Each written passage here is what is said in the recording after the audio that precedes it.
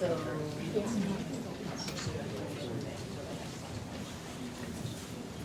welcome everybody. It's great to see so many of you.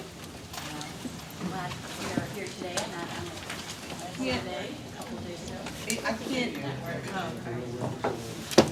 Is this better? Okay, great. So welcome everyone. It's wonderful to see all of you here. So I want to just remind everybody of some of the policies. So as of May 15, 2014, New York City's local law, number 103 of 2013, and the New York State Open Meetings Law require that open meetings to be both webcast and archived. This meeting is being recorded today.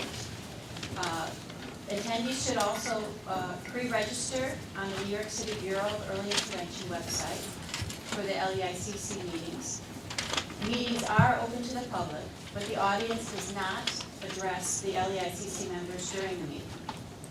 Audience members may sign up with Aracelis or Felicia Poteet to speak during the public comment section. They are, there's that. Yeah, so they're out in the back.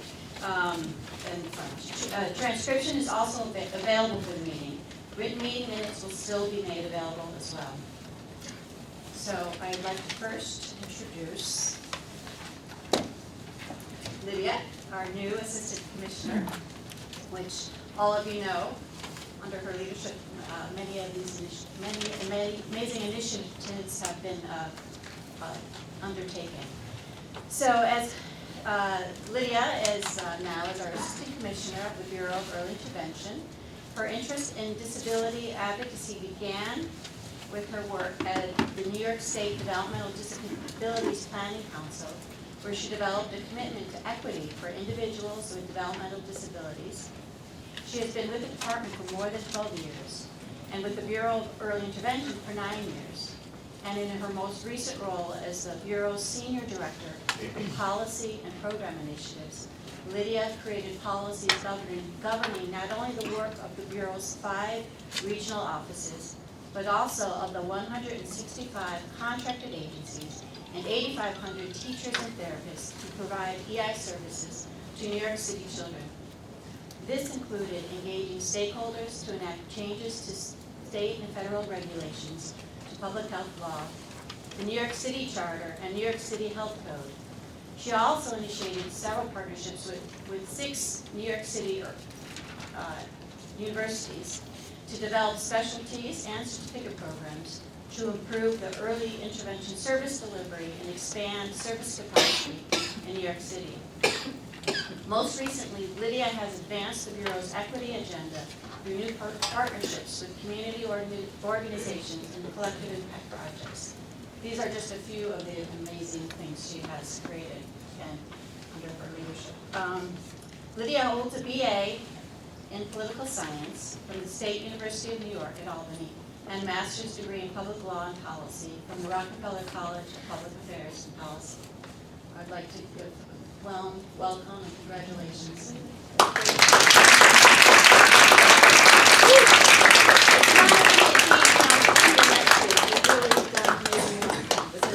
I'm very shy, so it's a lot to read. Yeah. And we've also got 2 new members that are impressive that I'd like to introduce. Roseanne Saltzman, over here. She is a clinical social worker. She has been the program director of the Early Intervention Program at Upweek Road for over 20 years. Prior to this, she worked for several New York City hospitals as a department head and administrator overseeing psychiatry and mental health services, child development, and physical medicine and rehabilitation. Ms. Saltzman has also been an adjunct assistant professor of social work at Columbia School of Social Work, field faculty at the NYU School of Social Work, and a part-time faculty member at Adelphi School of Social Work. We'd like to welcome her to the LEICC.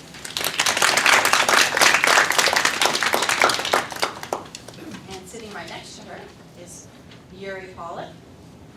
It's great to have you there, Yuri. He is an attorney and a policy advisor whose career has spanned the public, nonprofit, and private sectors. Currently, he is an associate commissioner at the New York City Administration for Children's Services, a role which he oversees education, employment, and college access-related services, and sports for children and youth in the child welfare system. During his previous time in New York City government, he helped to lead a citywide special education reform initiative and advised the mayor and deputy mayors on aging, homelessness, housing, and other social policy issues. Before joining ACS, he served on the senior leadership teams of the Wellesley College and Columbia University's School of Professional Studies. Early in his career, he practiced corporate law at a large international law firm in Manhattan. Yuri is a graduate of Cornell University, where he is a member of the University Council and Columbia Law School, and he lives in Brooklyn. So again, we'd like to welcome him to the LEICC. Two impressive additions to our group. So now we will move on to approving of the minutes. I'll make a motion to approve, and I can second it. All approved? Abstentions? Great, perfect, so we'll move on. So, first I would like to introduce Dr. Dana Stevens, who started as the Deputy Commissioner of the Division of Family and Child Health in July 2019. And as you know, the mission of the division is to promote health, prevent disease, and advance health equity amongst New York City's children and families. Not only does Dr. Stevens oversee the Bureau of Early Intervention, he also oversees the Bureau of School Health and also the Bureau of Maternal, Infant, and Reproductive Health. He most recently served on the Children's Aid in New York City as the Vice President of Health and Wellness Division, where he oversaw all clinical services and programs supporting youth and families in both community and in foster care. Dr. Stevens earned a bachelor's degree at Harvard University and a doctor of medicine from Columbia University. He completed his residency training in pediatrics at Morgan Stanley Children's Hospital in New York and Columbia University. So I'd like to turn it over to Dr. Stevens for some remarks. Thanks, Lily. First off, on a cold morning, it's really nice to see as many people have made it. So first off, a warm thank you to everybody for coming. I'm excited to be here meeting everyone at my first local early intervention coordinating council. This is my first time here. I want to reiterate the Department of Health's commitment to our early intervention program and its mission to provide services to eligible children with known or suspected developmental delays and their families. It is some of the work that attracted me to the Department of Health. I'm about 4 months in, and the more I learn, the more good work I understand that we do. But this is one of the programs, this is some of the work that I was familiar with in a previous life as a pediatrician.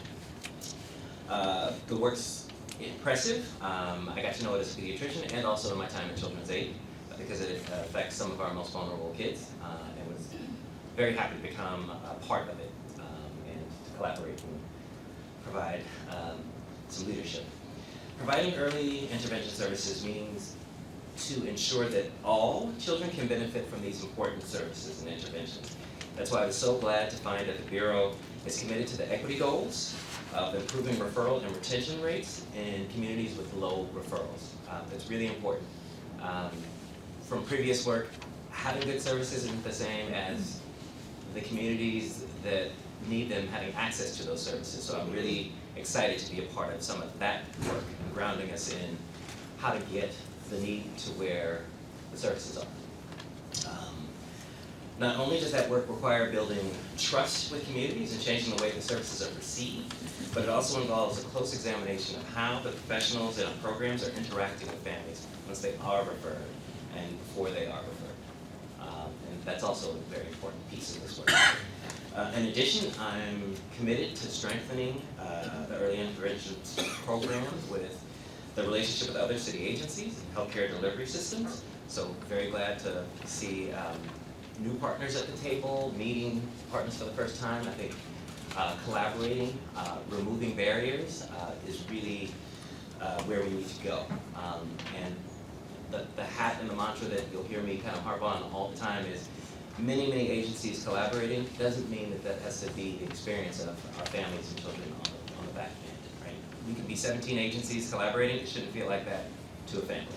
And I think it's important to ground ourselves in that, so more collaboration is a good thing, seamless collaboration is a challenge, but that's where I'm excited that we're headed.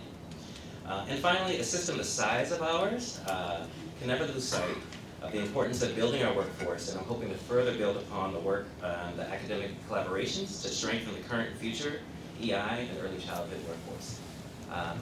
Supporting the pipeline, building a more inclusive pipeline, making sure that we're continuing to train and develop folks is a really important part of the work.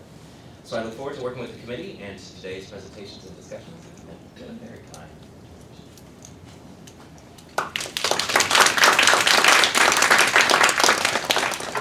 So, let's do some, I'll do an LEICC report, which is a little bit lengthy this time because I wanted to highlight a couple of key things that are going on at the state level that I think is going to be very important to the provider community, and also a couple of just bureau announcements before we launch into sort of our presentations for today, which all sort of emphasize our equity work, our collaboration work, and also one of the presentations I know that you all are interested in hearing about, we have Shania here, who from our Bureau of Child Care, who's going to be talking to us about religious exemptions and the new clearance requirements. So let's get started.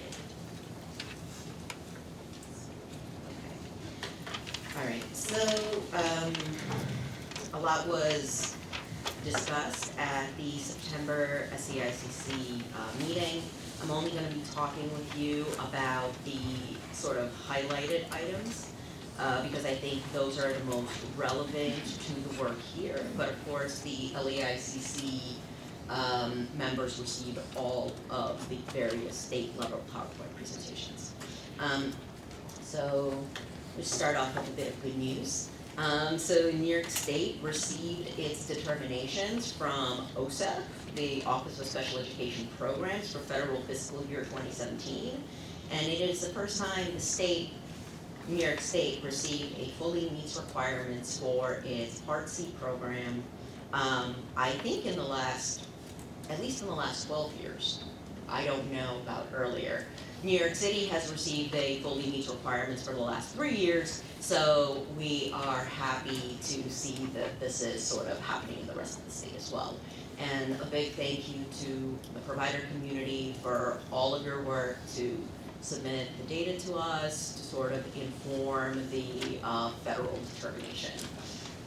Also, on June 13th, the Center for Medicaid Services approved an early intervention state plan amendment. So this is interesting because it moves early intervention services out of the rehab classification and into early pediatric screening, diagnostic, and treatment services. So some state plan highlights that I think will be of interest. First, 4 mental health practitioner types have been added to the list of approved providers, which include licensed mental health counselor, licensed marriage and family therapist, licensed psychoanalyst, and licensed creative arts therapist. Notably, school psychologist practitioner type was not added. So, FYI. However, the state plan amendment doesn't mean that these professionals can be used automatically. We still need to await further public health law and regulatory changes in order to implement and use these professionals. In addition, the state plan amendment makes a distinction and a clarification about what the differentiation between under the supervision of and under the direction of. So under the supervision of only applies to licensed master social workers working under a plan of supervision of an CSW. And most notably here is that there is now at least 2 hours a month in-person individual or group clinical supervision requirements. So I think at this point, it's a good idea to start looking at what those plans and what those supervision structures look like as we get closer to implementation.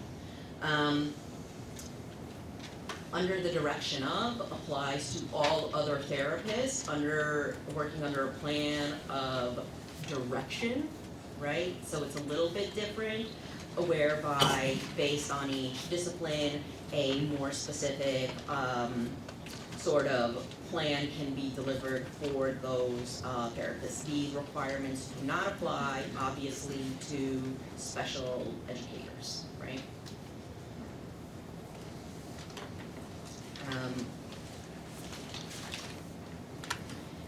The state plan amendment, I think, also quite appropriately clarifies some of the Medicaid covered activities for EI service providers, specifically speech language pathologists, occupational therapists, and physical therapists.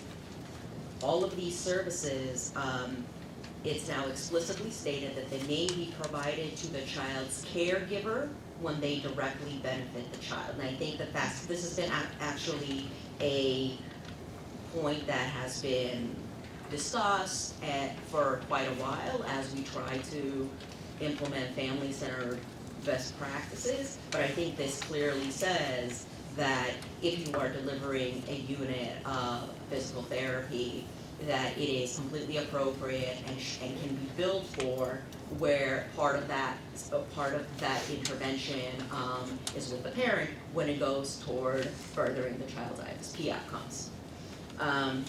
For special instruction services, I think that this is also interesting because it's not only the areas where special instruction is allowed to sort of cover extends beyond what we traditionally think of as education and moves more into the areas of motor development, physical growth and development sort of area. So if a special instructor feels competent and confident to work in the area, in sort of like certain motor goals, that can now sort of be considered. And I think it's good when we start thinking about when you have an IFSP and you're having staffing issues, what other professional on the team can cover certain goals.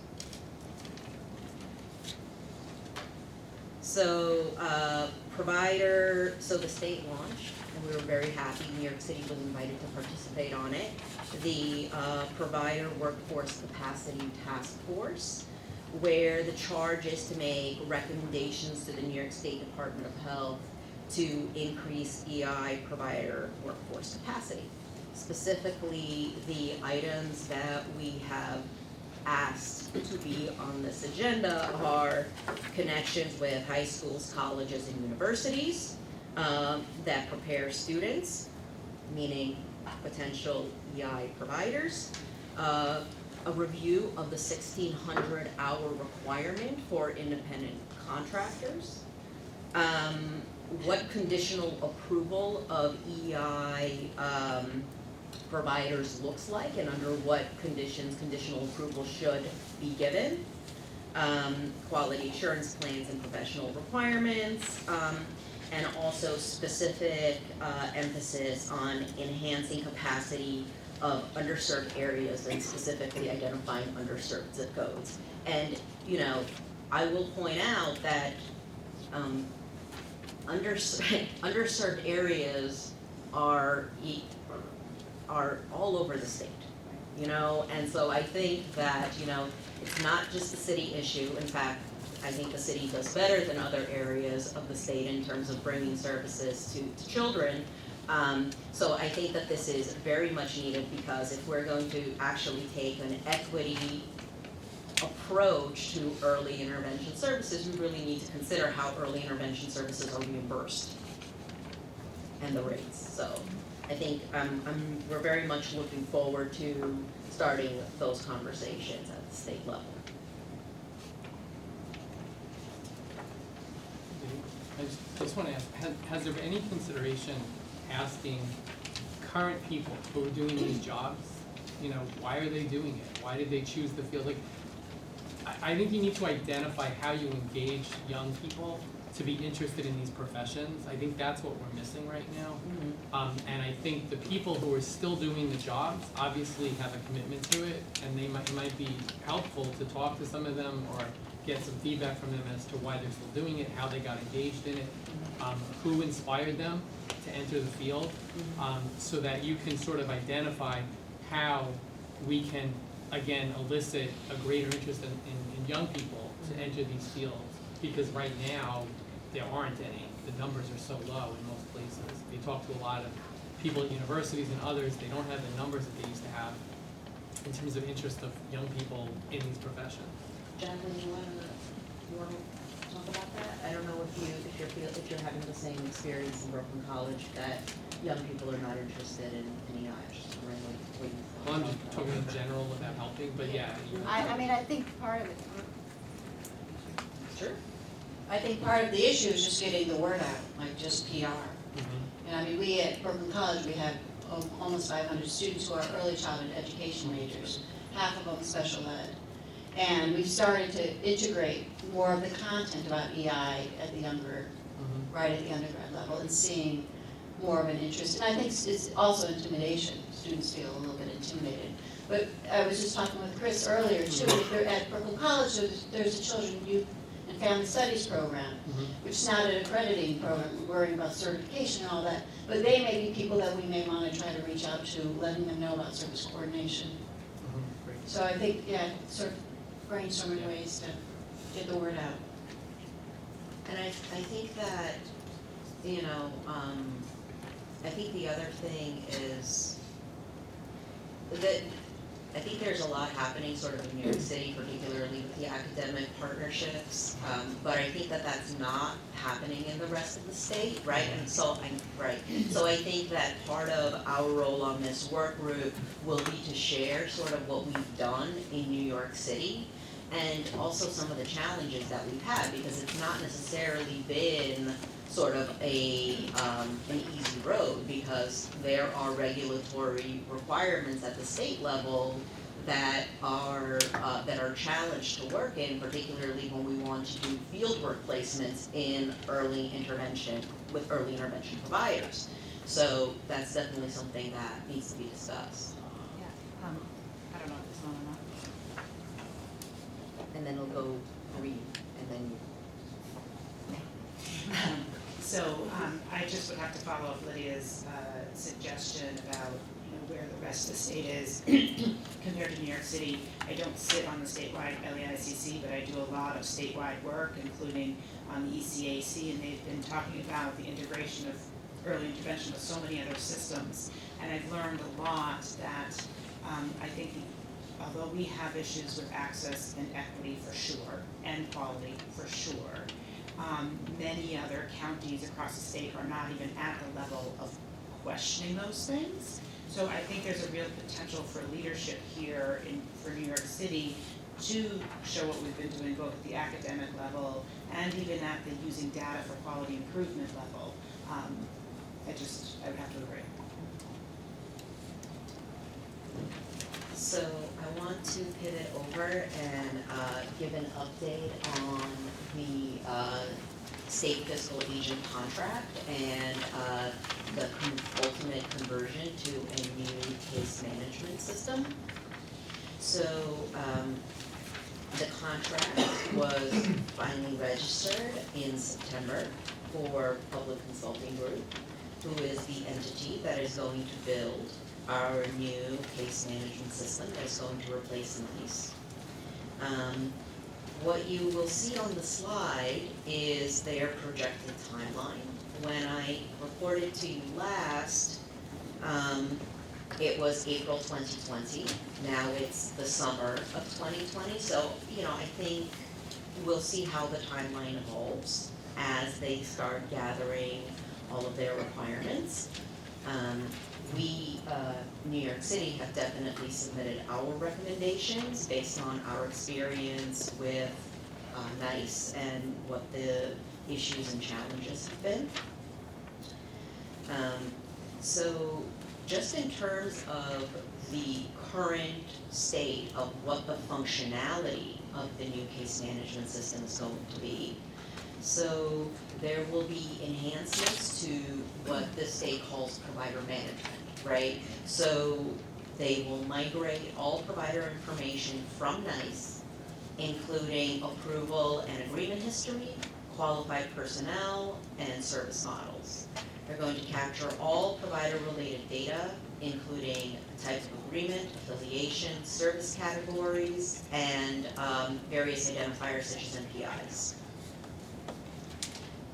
The new system will now capture all assistive technology vendors, which we haven't had up until this point. And it will also capture respite and transportation vendor information, which for respite, we've been keying it in. Transportation is complicated. So specifically for case management, all data will be migrated, so we will not be working in two systems. That was our number one point of advocacy so far. And the system will facilitate data collection as we currently see it, but it will be enhanced to capture needed APR data and also child outcome summary information. So hopefully it will require less manual work for both our bureau staff as well as the providers, because we all collect this information annually now. And finally, it will continue to allow for and storing of attachments, which was kind of a deal breaker for New York City, because we can't also have a separate paper record because it creates a lot of inefficiency for our offices. So that is where we are with the conversion to the case management system.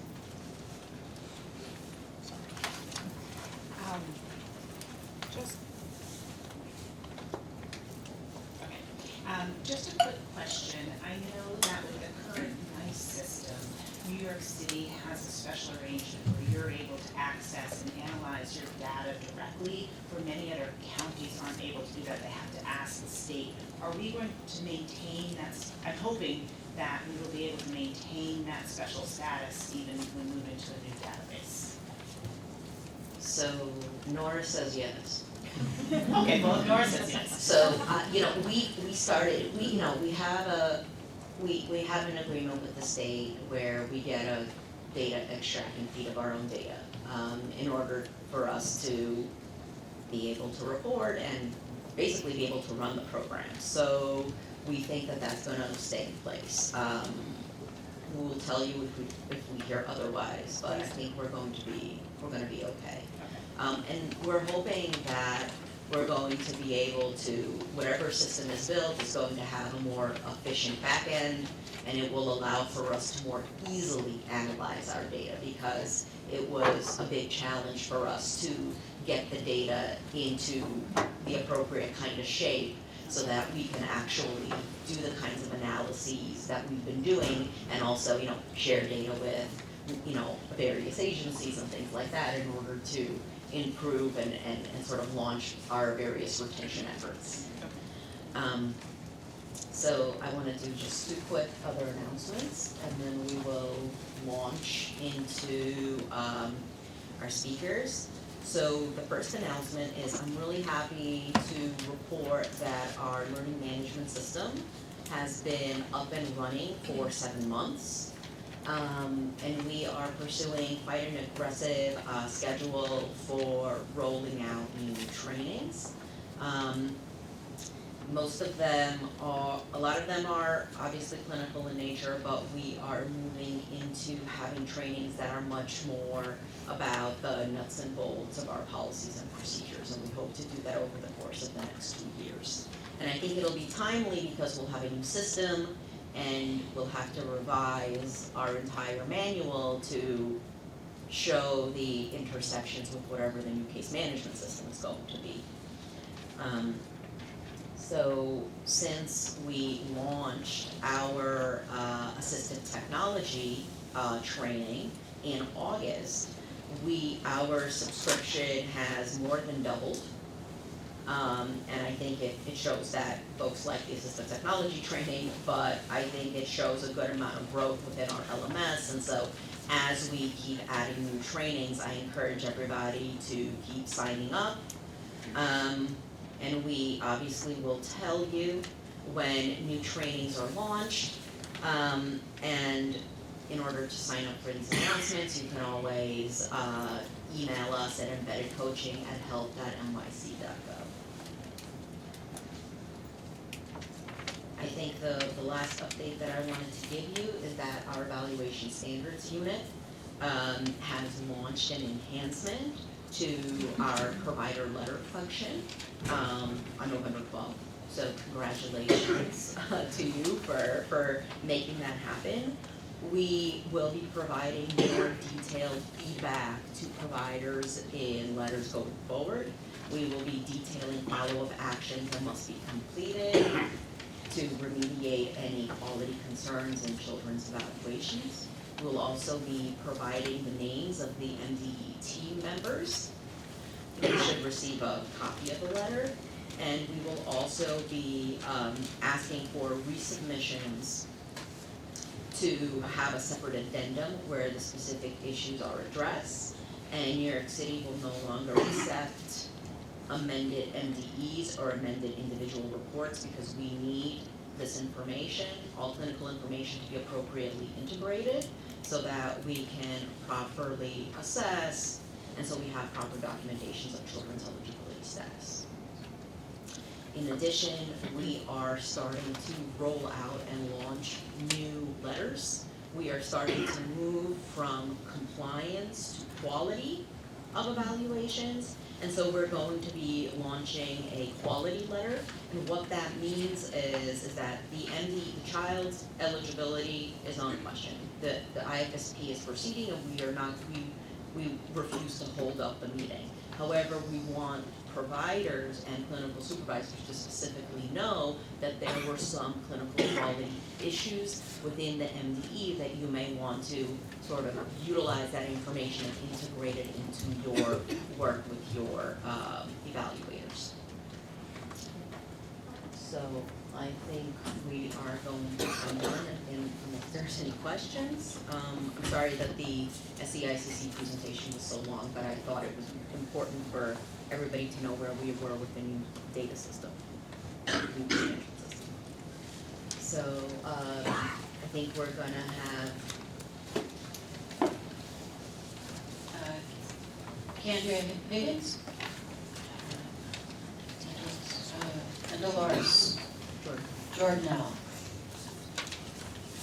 They'll be speaking about the regional office implementation of case continuity and recurring scheduling.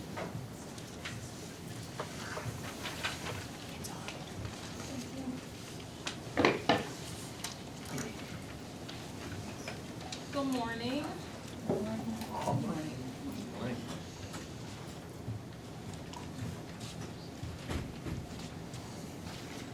So I am really excited to announce that as of November 4th of this year, which was 2 weeks ago, all of our regional offices have implemented a model of best practice, which is called case continuity and recurrent schedule. I'll talk about recurrent scheduling a little bit later.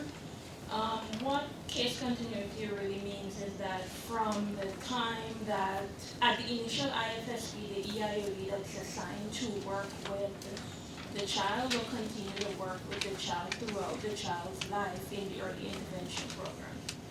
And case continuity really works to ensure that all children and families receive timely and high-quality services. This model, we tested it before system-wide rollout. We started in our Staten Island office a long time ago, and over the past 2 years, the other 4 regional offices have worked on citywide implementation.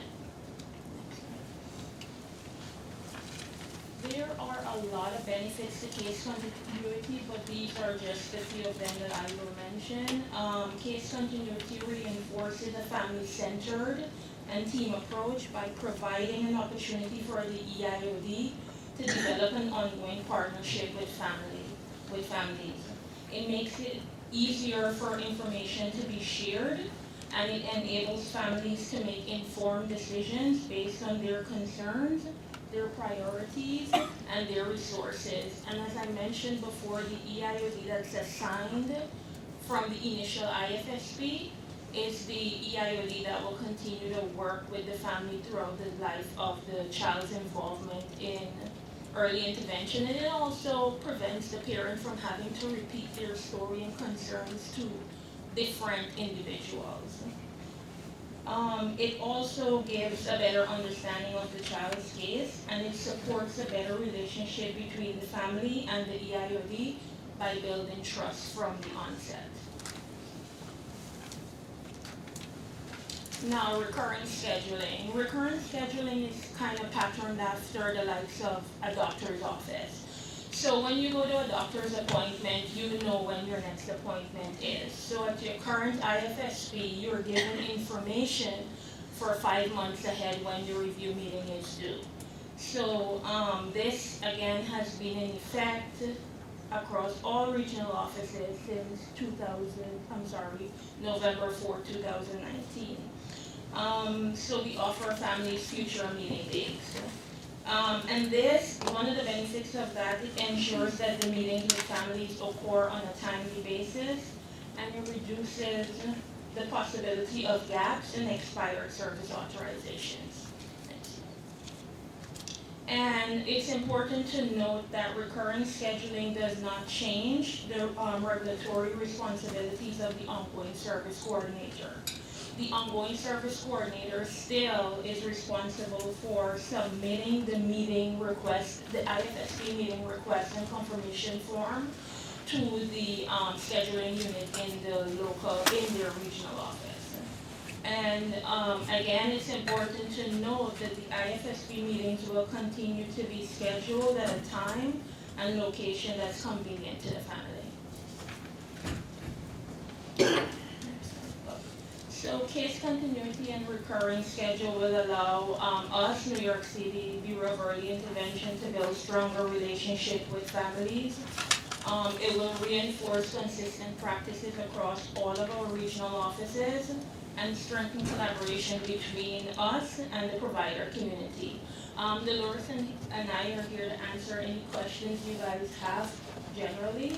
But if there are specific questions, you can reach out to the regional director in your specific borough. Any questions? Thank you.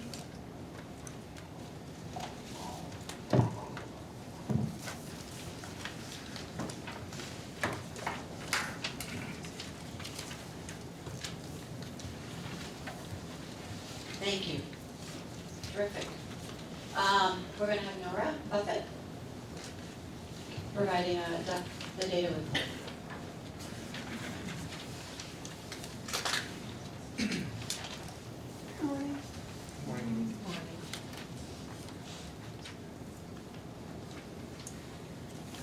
Okay. So starting out with referrals by borough, we increased by about 1,000 children in the last fiscal year. And what you can see is that the change was consistent across all the boroughs. It was not happening in any one particular place. And same when you look at it by race. So what we're seeing is there was a fairly significant increase, but it was happening across all categories, all populations. For services, you're not seeing that same increase, but it makes sense that the service population is going to trail a little bit behind the numbers for referrals. But we do see, again, complete consistency in terms of trends across either boroughs or across racial groups. And then finally, children we have any interaction with. Trends are pretty much similar as children getting services. We always like to include this just to underscore. In FY19, we saw 56,000 children. 56,000 had some kind of interaction with the early intervention program. Whether they only got service coordination, or they got an evaluation, or they went on to services, we met those families.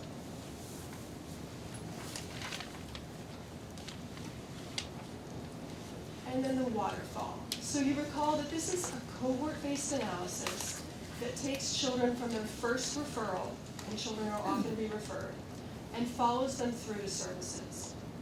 And we also recall the numbers get a little bit better with time because children are re-referred. What you're seeing here pretty much reflects what we saw in those first two sets of slides. We're getting referrals up, but we have not started focusing on retention, and it hasn't carried over to that. So we've really been making a lot of outreach efforts. We're seeing that pay off, but we know that we need to expand our focus now and really consider, once they're referred, what are we doing to retain them? And later on in the presentation, Chris is going to talk a little bit about some of the work we're planning to do with service coordinators and how they can help retain families.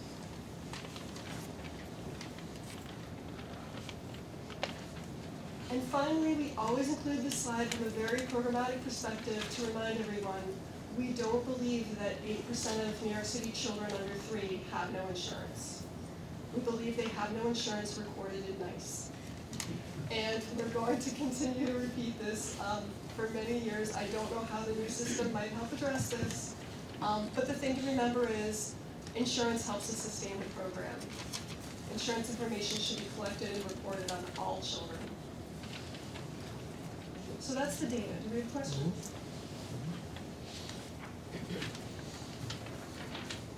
I just have just one suggestion. I think the data on the slide that talks about the progress of new referrals, when we talk about the total percentage of population, it would be helpful, I think, if that was also sort of imposed next to the numbers. Like, because if you look, and I've done this like a few times in terms of looking, so if you look at some of the slides where it's broken down by race and ethnicity, and then you see that the numbers are the total percentage in the population of the kids that year, correct? Yes. And then if you compare it to the percentage of the actual percentage of the population, you can determine whether or not there's an underrepresentation or Whether there's parity in overrepresentation. terms of their, yes, Exactly. absolutely. So it might be interesting if you could like do that in a way for some of the, or like all children receiving any type of service. Because like when I looked at it, you can see that some populations are underrepresented, some are right around where they should be, and then one is actually overrepresented Correct. by almost 5%. Correct. It's always, and it's consistent. It- We yeah, can add it's- that. Mhm. White children are overrepresented, Mhm. black are under, Hispanic are strangely almost perfect to Mhm. the representation in the population, and Asian is very volatile because it's such a small. But we Mhm. can definitely add something about that. Yeah, because I think that would be helpful in terms of the slides and the visual, in terms of Okay. how it's presented. We can do that. We're also thinking about other ways to represent that particular slide. We Mhm. know that it's really confusing to people. Mm-hmm. It's worthwhile to talk about a child's entire tenure and not just the single referral, but it is a little bit difficult. So we're thinking about having possibly another slide to talk about that. Okay, so switching hats, monitoring, compliance. Let's see. So the good news here is really around evaluation, which you can see has really steadily improved since about 2017. So we're very happy with that. Both, we like to see both the extension of the green, but also the reduction of the red is a particular concern. That's where people are really failing, and we're extremely concerned. In the other areas, we're mostly seeing some stability or slight improvement.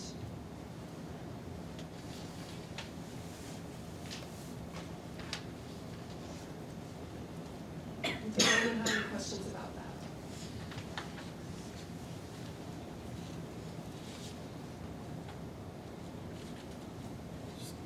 quick thought. Is there a breakdown, because I see this all the time, is there some way, in terms of analyzing new versus like agencies that have been a long time, in terms of like what this looks like for them? Sure, I mean, we've done that, we did that like after 2 years, I think. We can do it again. The bottom line is that new are worse, but older are I'm more not- interested in the, yeah. actually the established ones Yeah. to see, not, the new I think is sort of a given. I'd be more interested in the established ones to evaluate, are they also sort of similar to this, or really either significantly one way or another? Yeah. So how would you define, new Was that versus? 2013? Well, 2013, I mean, yes, it's an important year for all of us, but it was a while ago, so, I mean, I wonder I what would you- think what you if an think. organization has been providing service for at least like 5 years, you would think they would be fair. I mean, I don't know what you would think, but, for a certain amount of time, you would think that they've been established, they've had opportunity to been evaluated a few times. So maybe what we should do, instead of making that decision, is try running the data a couple different ways and see where it breaks. Yeah, that's fine. I will say that we haven't done an extensive amount of analysis like that, but to the extent that we have not had a lot of predictors of performance. Right. Agency size, agency age, specialization. There hasn't been anything that's ever jumped out and said, this is the kind of agency that really knows what they're doing. But we can start by trying to make that kind of a breakout. How many years would you say it takes for a provider to establish themselves in early intervention? Is it 2 years? Is it, yeah, so we'll, I guess Nora's right, we'll see how the data looks, and then we can come back to you with a more thoughtful, categorization. To go to the earlier question, one thing to note, I am absolutely confident that we will get the data. There may be a period of time where we have trouble extracting and analyzing the data, but we fully expect to get the data. I have one more question on data. What's your wish list for the new data system? Keep in mind that my wish list is not everyone else's wish list, because everything that I want, someone else has to type in. Okay. So staff would not share my wish list. All right.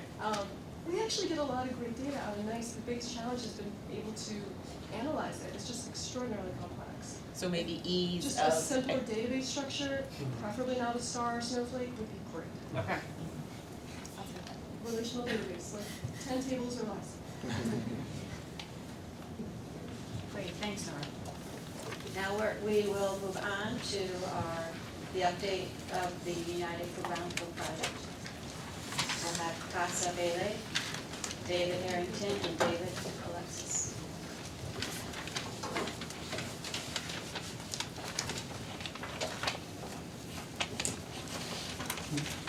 Is that next if I advance the? Yes. You want another one? Yeah, we should be moving. All right, good morning, everybody. My name is Casa Belay. Am I close enough to the mic? Can everyone hear me? So my name is Casa. I work for SEO Family of Services, and I am one of 2 co-directors for United for Brownsville, which is an early childhood collective impact initiative in Brownsville, Brooklyn. Collective impact means that we are cross-sector in focus. We bring together folks from professionals from across different sectors, but we also partner with local residents, and we're seeking to improve, measurably improve the social emotional skills and language development outcomes of infants and toddlers, so children between 0 and 3 in Brownsville, Brooklyn.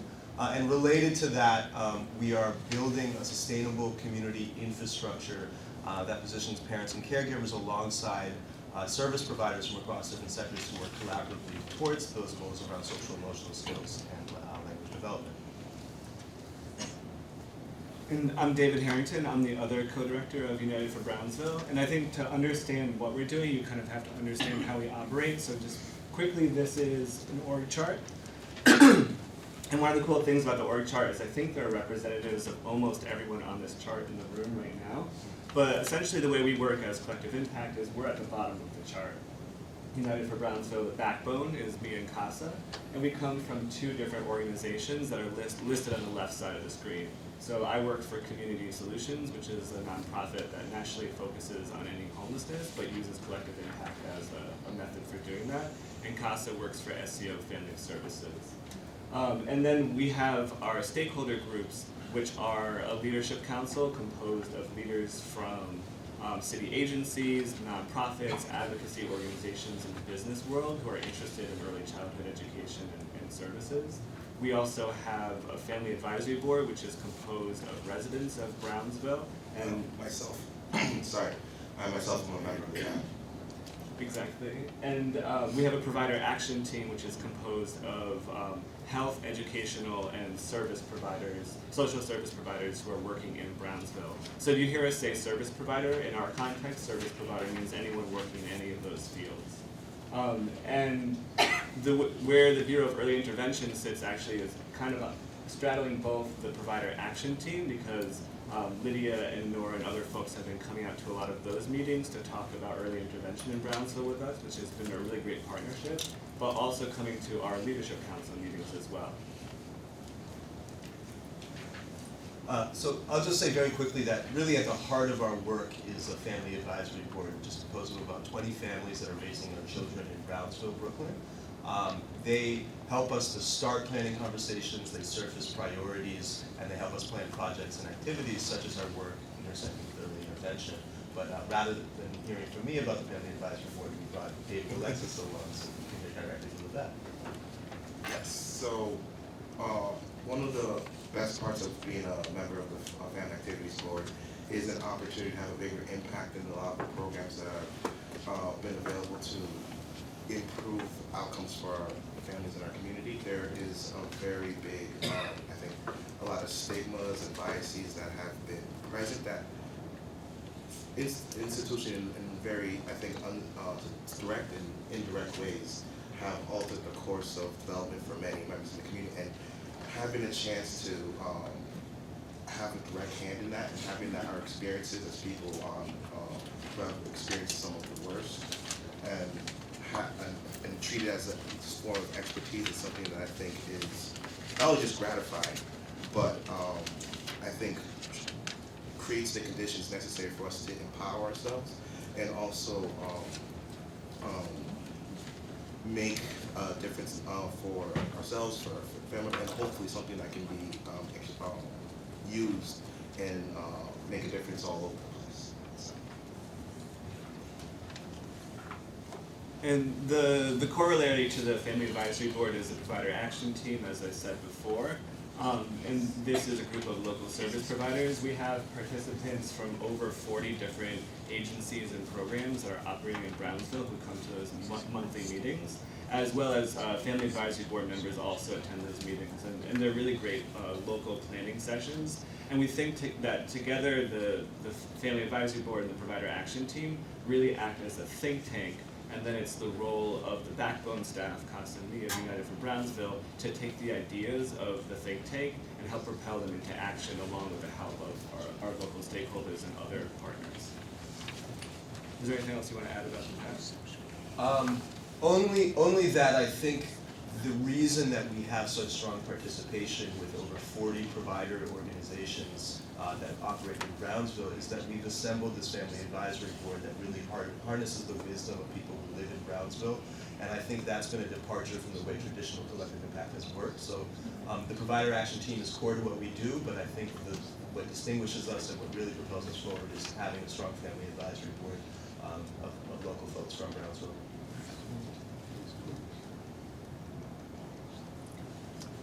I'm just going to fast forward through this slide. Oops. So this slide right here is a driver diagram about our early intervention work.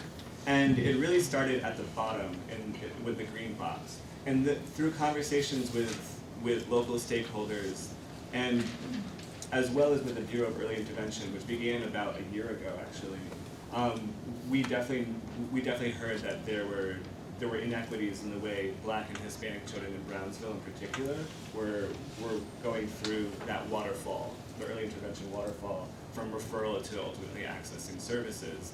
And we heard from the Family Advisory Board that this is something that was really important to residents that United for Brownsville should focus on. we heard from the provider action team that this was something they were seeing in their work and were interested in working on. And we also heard from the Bureau of Early Intervention that equity was a big priority for them, as well as building partnerships with local communities to try and test out new ideas for bringing equity to the work.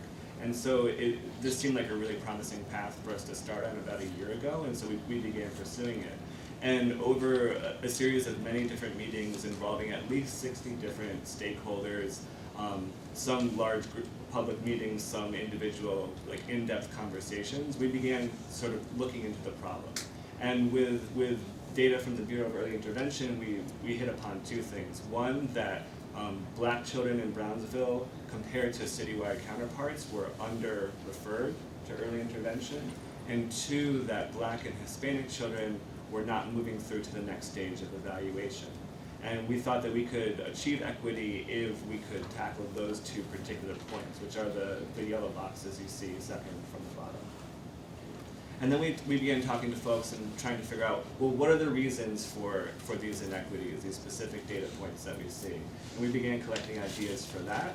And then once we had a good sense of what the causes might be, we decided to come up with ideas for interventions or projects we might pursue with our local stakeholders, with the Bureau of Early Intervention and other partners that might help us move the needle on these indicators and move towards equity in terms of early intervention in Brownsville. So we'll spend a couple minutes going through some of those ideas. So the very first idea actually came out of a conversation with David Alexis to have family ambassadors. So why don't you tell us about that? One of the reasons why I thought family ambassadors would make a lot of sense is just thinking of my own personal experience going through early intervention. I actually have two little girls, 3 and 2, both who one who received services and one who I just had initially referred, evaluated about a month or 2 ago. And I remember, so one of the reasons why it was really important for us is that my wife herself is someone who has a chronic illness. She has sickle cell disease, and so she has been constantly in the hospital, struggling to be consistently present in a lot of some of these spaces with the kids and everything like that. So when Mia had referred our kids to eventually actually referred them for Chief Beyond actually, and we found that having a service coordinator who was persistent despite the fact that there have been missed appointments, there's cracks, someone who was very easily able to follow up, contact us. Some people use the word hound, but I think the more effective word is persistent, and I think willing to go the extra mile to ensure that we were helped. And honestly, my older daughter, Davina, I think is the better for it. We noticed marked improvement. When she was born, she had a stroke in utero. She had what was called bilateral damage in the frontal lobe, cystic encephalomyelitis, I believe this is actually a diagnosis. We noticed that there was several significant delays in her development, and she had received physical therapy, she had received special instruction, and she had also received speech therapy. And the process of going through all three of those, it was like a load off of our chest in a lot of ways, right? So our idea was that the idea is that with a lot of families, especially in Brownsville, who have suffered a lot of the effects of discrimination biases, they may not so easily accept some of the recommendations or connect with some of the service coordinators or some of the other evaluators who would come into the space. So we figured that someone who went through it, someone who is in the same community as them, someone who they could identify with. Because sometimes out of just not trained habit, you are sometimes shunned. Helpful hands, even when it comes to the best intentions. And one thing that you see amongst Brownsville, and I think any community that has suffered disinvestment, discrimination, and lack of resources, you find that they're willing to trust and band together with those whom they identify as one of their ilk or someone whom they feel will really truly understand what it's going through. So for us, it's the family ambassador, someone who can go and speak with these residents, someone who they feel they can connect with, who will be able to dispel some of the myths of early intervention, be able to understand that they're not going to give their information to ICE, make sure that's not, let them know that's not going to persist, past, like they're not expecting this to follow them into like, you know, special education further past, you know, their time with early intervention. I think it's something that's very huge, and I know I heard a ton when we were initially going through the process, when my wife and I consulted with other community members. I think also being able to speak with providers who are coming into the community, who are going to work with these family members, or I think being very intentional on how you present with members in the community can make a real difference. And I think that having someone kind of guide you through, even if the family ambassador's not always be there for the meetings, there are little tips and tricks I think that can make that initial impression and initial meeting go off swimmingly. And that's something I think the family ambassador will be able to do. And then finally, you know, I'm not as familiar with all the different organizational structures, everything that goes into being a provider for early intervention. I know my personal experience with Rashid was awesome, but I don't know other organizations. So I think that having a family ambassador who can kind of follow up, to sit down with families who are going through the change in the process itself would make a material difference in their experience, and also it vibes with what is at the heart of what personally for me drew me to the United for Brownsville in the FAB, in the sense that we believe that by coming together we can make a material difference, we can build power in a way that can overcome some of the obstacles that are put in front of us. So that's one of the things that got me really excited, and had wanted to see if this is an idea that made sense for others as well. Thank you, David. Yeah, so just to round that out, that we are looking to develop a position as a family ambassador that would be a sort of local, credible messenger, somebody who's from Brownsville with personal experience with early intervention, to help shepherd families through the referral process and work with service providers on how they make referrals to early intervention. And that's one project that we're focusing on to address the inequities of the referral rate and eventually improve the evaluation rate. Alongside that, we're also planning projects around standardizing the referral process. So we're having conversations with local stakeholders about what best practices look like for referrals. We're working with organizations that have really good referral rates, as well as organizations that don't have great referral rates, and organizations that don't refer at all, to understand what's going to work well for everybody and arrive at a standardized protocol. And then similarly, we're looking at even earlier upstream in the process, thinking about how service providers screen families and identify whether their children may be at risk of delay or disability, and coming up, and what we found is that there's a major variance in the way that that providers screen, and so we want to have similar conversations to the referral protocol, where we can develop a standardized protocol for screening and make sure that there's a sort of a set best practice in Brownsville at every stage to ensure that we're addressing these inequities in ways that work for families and that work for providers. And just really quickly, 2 other projects that are up there. The evaluation station, the idea is to bring an actual place into the community in Brownsville where folks can go to be evaluated, to hopefully address those low evaluation rates. And that may be something that's partially underway right now. And then local evaluator or provider hiring is something we're interested in too, but haven't been talking a lot about. But if folks are here from agencies who are interested in tapping into the local networks that we have to find local evaluators and service providers for early intervention within Brownsville, please come talk to us after the meeting. We'd be happy to try to set something up, maybe do some matchmaking, Yenta style. And I think that offer stands for really any of the projects that we just discussed. We have a really robust provider action team, and as you can see, a really passionate family advisory board, but we're always looking to grow that community. And we don't have great participation from early intervention providers in particular. So we have a few providers that we're working with, but we're really hoping to expand that group as well. Thank you.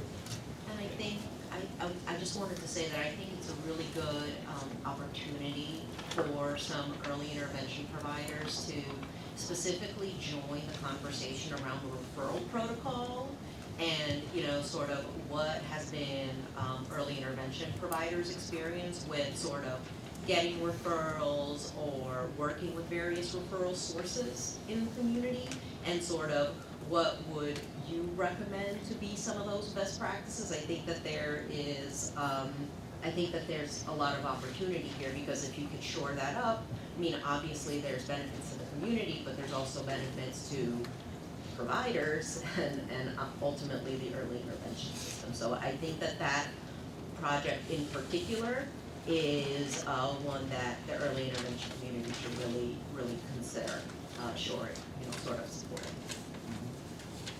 So David Alexis has got a bunch of new business cards that he's looking to hand out. Please find us at the end, and we're happy to follow up. Oh, yes. Okay, sorry. No, it's great to see you all here. At Brooklyn College, we've been working closely with United for Brownsville. But David, this is the first time I've met you, and I'm thinking about, we would love to have you come to some of our classes and have our students hear about your work. Because we do have lots of students who are from all over Brooklyn. And our focus is really to try to target these communities in particular, so I'll definitely want one of your cards. Good morning. First, I want to say thank you. I think the approach that you're using is going to be a game changer in the community. I have two questions for you. One is to what extent you are working to engage students who are involved in the, or children who are involved in the foster care system. I know that SCO in particular has a foster care branch, and I'm wondering if there's any coordination there between the work you're doing and the foster care work that SCO does. And then my second question has to do with replication and how this work can be replicated in other areas of the city that are experiencing the same needs. So why don't we take the second question first? I think we are laser focused on Brownsville, so that is the community that we're operating in. But we are also doing our best to sort of lift up the learning that we're doing and catalog it in a way that it can be used to replicate this approach and bring it to scale in other communities.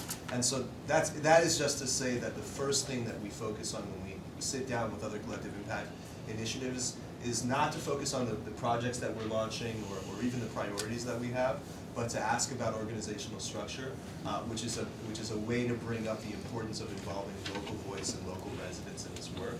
As I said initially, I think that's really what distinguishes this collective impact effort from others, and I think it should be, hopefully it's clear to everybody that it really does make the difference.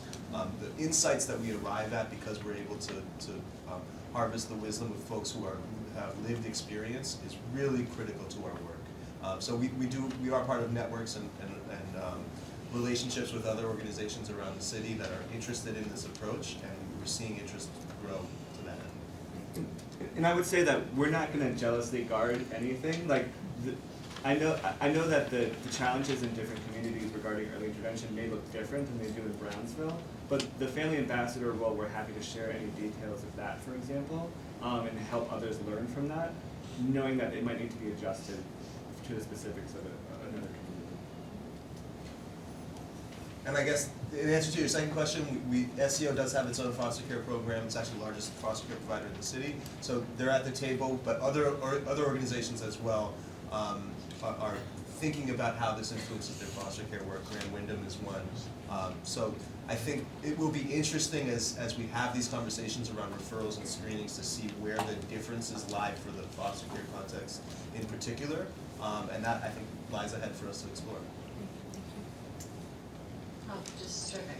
And just on a personal note, I had met Casa actually in the Bronx, at the Bronx Rising Together initiative that started before yours, and it's been great to see the growth that you've really helped bring to United Bronxville. Yeah, the collective impact community in New York City is not a jealous group. As David said, folks share with each other, and we learn from one another. So a lot of what we're doing here comes out of conversations with folks from the South Bronx Rising Together. Yeah, no, it's great, terrific, thanks. And on to the next. So we have Karen McFadden. She's going to be presenting on the Inclusive and Family-Centered Infant Toddler Care Research Project.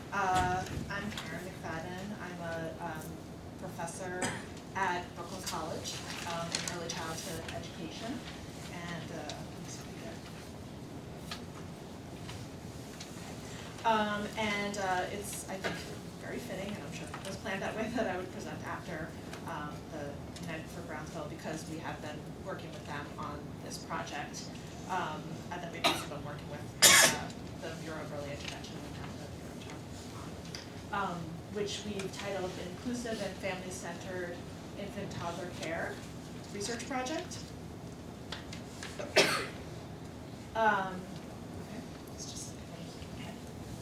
And it's really in response to knowledge from the field, including data that was presented earlier and discussed earlier, that young children from Black families access EI services at disproportionately lower rates than children from families of other racial backgrounds. And so we wanted to connect that with the fact that we know that infant toddler educators, so many children are in care settings of various types, and infant toddler educators can play a really important role in recognizing potential delays or disabilities, in supporting referrals to EI, and in supporting children with disabilities in their classroom also, and working with early intervention providers, if that's children's natural settings that we're in a daily way. We are launching this project to help us understand what are the barriers in access to EI services within the context of the early child care workforce. So what's happening that leads to these disproportionately lower rates.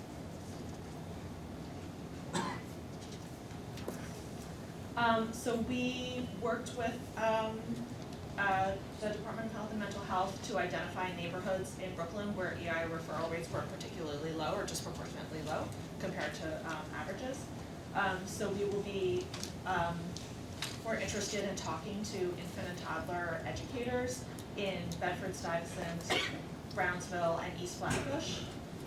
We plan to target to talk with approximately 70 infant toddler educators and 30 what we're calling leaders in infant toddler child care settings. So this is because we want to look, we want to talk with people in center-based care as well as family child care providers.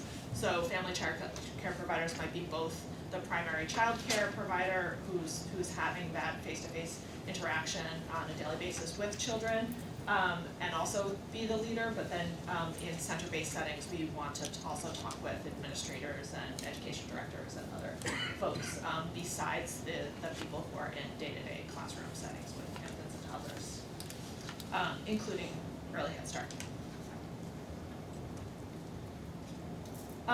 We plan to conduct group and qualitative interviews with these educators and leaders. We want to talk in cases where in center-based setting where there's more a diverse array of people, so sort of administrators, education directors, etc. We would be interviewing them separately. So interviewing sort of teachers who are on the front lines separately from their administrators. These interviews will be audio recorded and transcribed, so in the research knowledge and literature, we know that we get better information when we have verbatim quotes from people instead of our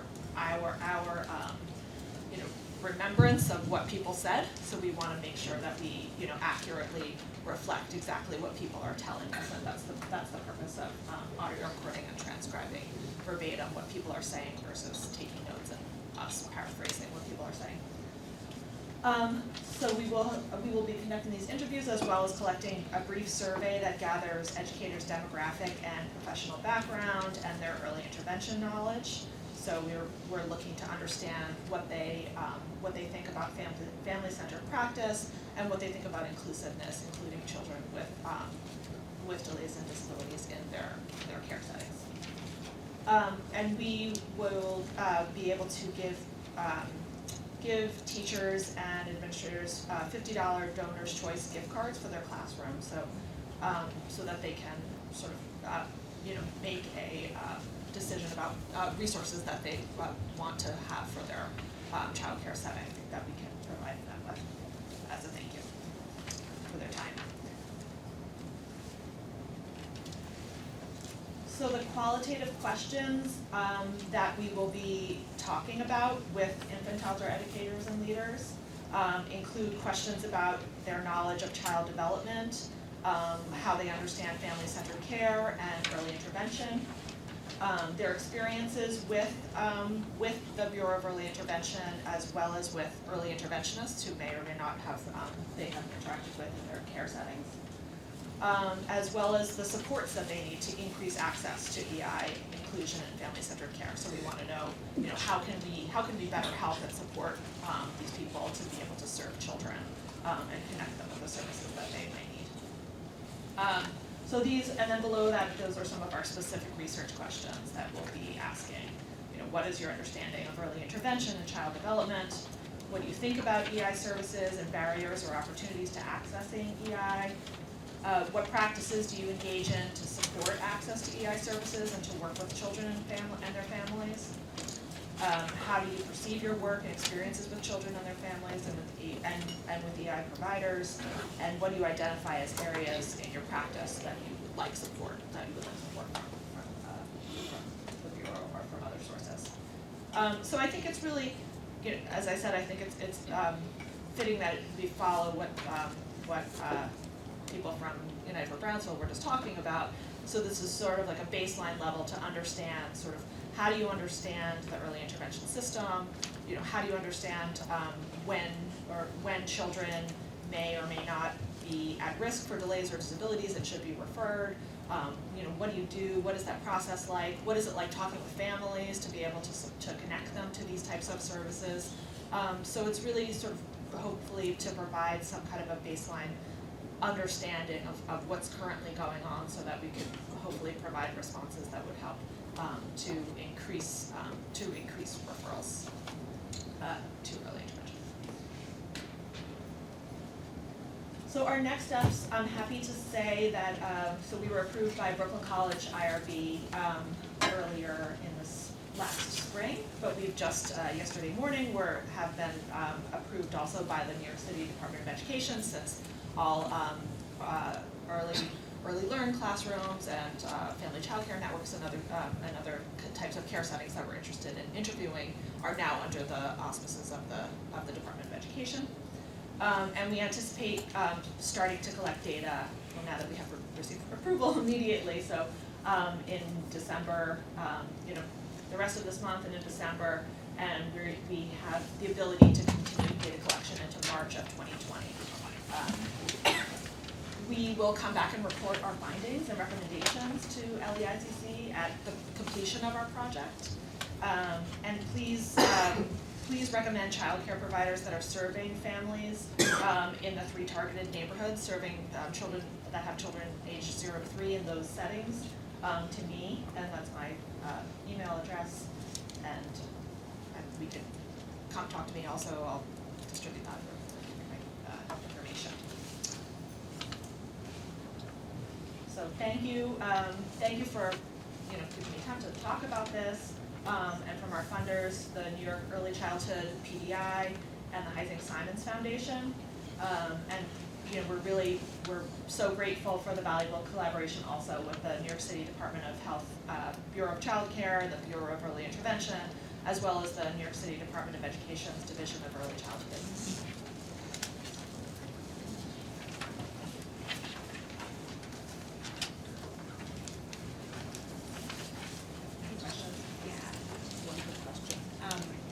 My question, and I can't remember the correct word for this, from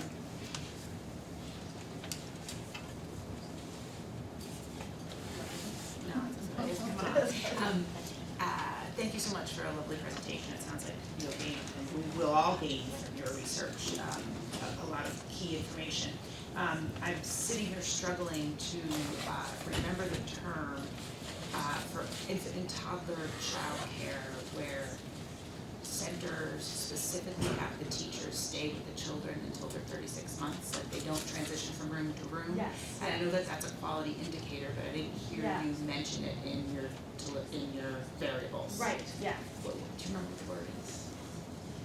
I mean, there's different terms, I feel like. Yeah. Some So New York State definitely one term has. is loop care, so that you would stay, Maybe it is loop care, Yeah. because I would imagine, I think that's an important variable to put in there. Yeah. Because a teacher who's doing loop care practice might understand that child's development. Yeah.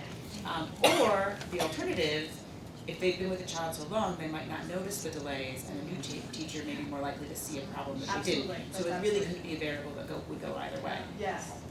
Yeah, no, that's a really good point, and it is something that sort of, that we think about in qualitative research in general, is that sort of sometimes people, I didn't mention that, that we're recruiting interviewers, from our graduate students who are members of these communities, so that, you know, that's an important part, but that's also something that you think about in qualitative research, that sometimes having that continuity of experience helps you recognize things, and sometimes it also helps you sort of like you're just used to it, so you don't necessarily.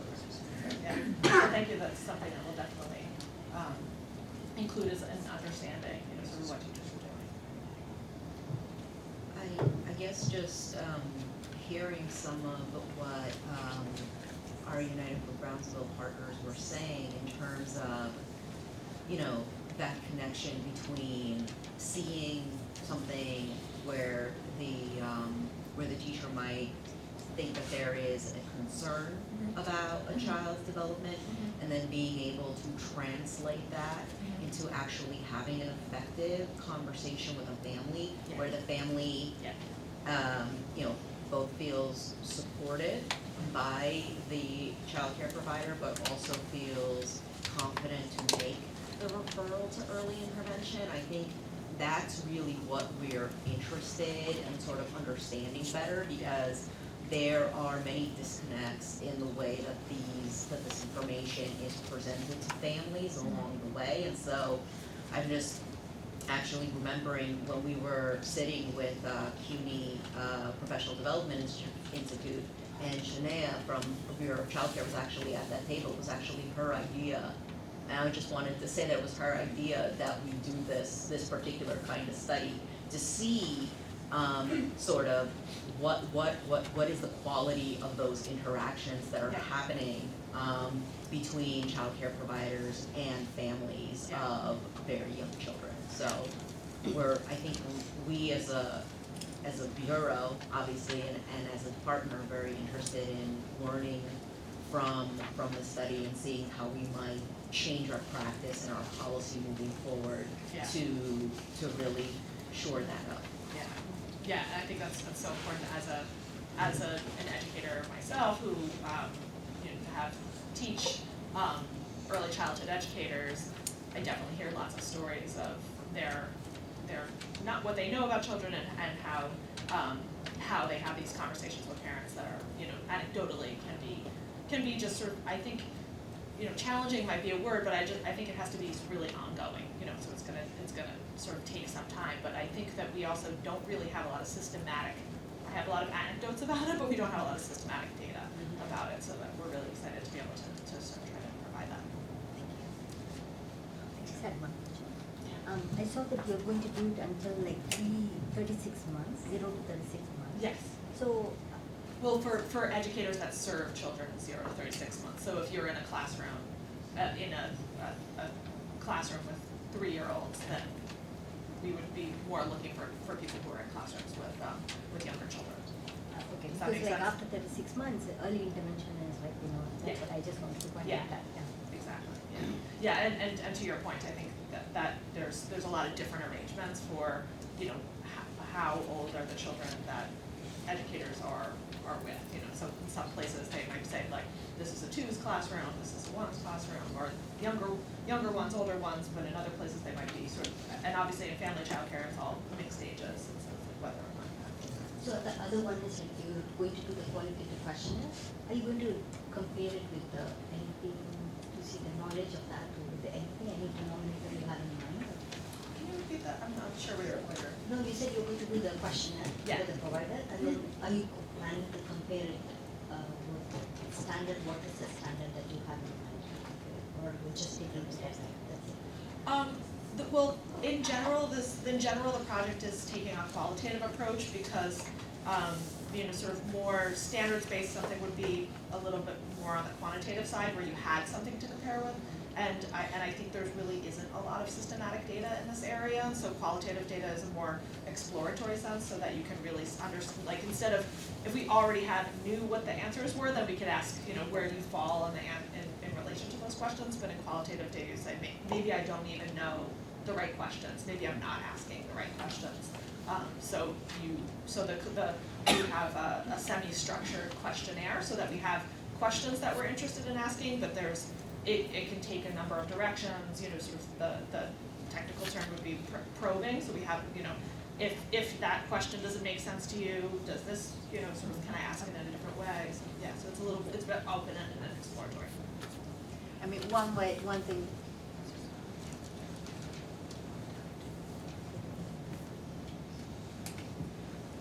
one thing we will be able to do is look to see certain are there differences within these different neighborhoods or within the different kinds of childcare services that are receiving, so more sort of broadly. Yes, sorry, that is another part of our research question, is sort of like, are there differences by community, are there differences by the provider's education level, are there differences by whether, they're parents or not, all kinds of, so that's why we want to collect all of that demographic information to be able to understand sort of what some of these differences Yeah, might that's what, like, then you can compare like why some areas underutilize the services. Yes, That's what. yes, yeah, absolutely, sorry, I didn't fully understand your question. And then the goal then is ultimately improve services, improve the training that they're needing, both as PD or courses that we might be needing at private college. Yeah, that's something where we're definitely interested in, sort of like how can we play a role in helping to support people to be, both conducting this sort of conducting screeners, understanding development, as well as supporting them to have those conversations with families when risk is recognized.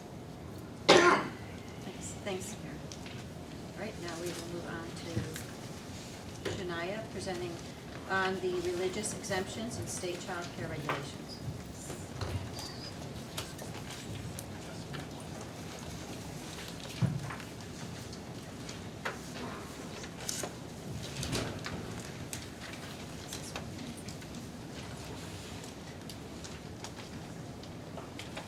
Good morning. Now for the fun part. I want to speak to you about the repeal of the religious exemptions for immunizations and the comprehensive background checks recently implemented. Statement on legislation removing non-medical exemption from school vaccination requirements. As you all know, in June of 2019, Governor Cuomo signed legislation removing non-medical exemptions from school vaccination requirements as a result of the measles crisis that we faced in New York due to the low vaccination rates. This can be found under Public Health Law 2164, which applies to students attending all schools, including public, private, parochial, childcare centers, day nurseries, daycare center agencies, nursery schools, kindergarten, elementary, intermediate, and secondary schools. So who is impacted? Article 47, regulated programs, including group childcare programs that have a permit to operate. Article 43 programs, those are school-based childcare programs that are affiliated with an educational institution and they have a certificate to operate. Also group family daycare, and school-age childcare programs that are regulated by the New York State Office of Children and Family Services. All private, public, and parochial schools. So where are we now? Any child attending a daycare program, private or parochial school, must be vaccinated. Any prior religious exemptions that were accepted in the past are no longer valid in New York State.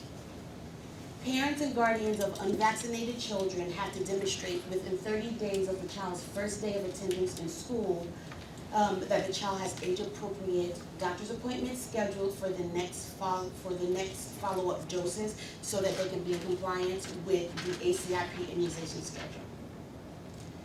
Pursuant to 2164, only physicians licensed to practice medicine in New York State may issue medical exemptions. In the past, we had some exemptions that were not necessarily from doctors. These exemptions now have to be from licensed doctors on their letterhead. Alignment with Article 47.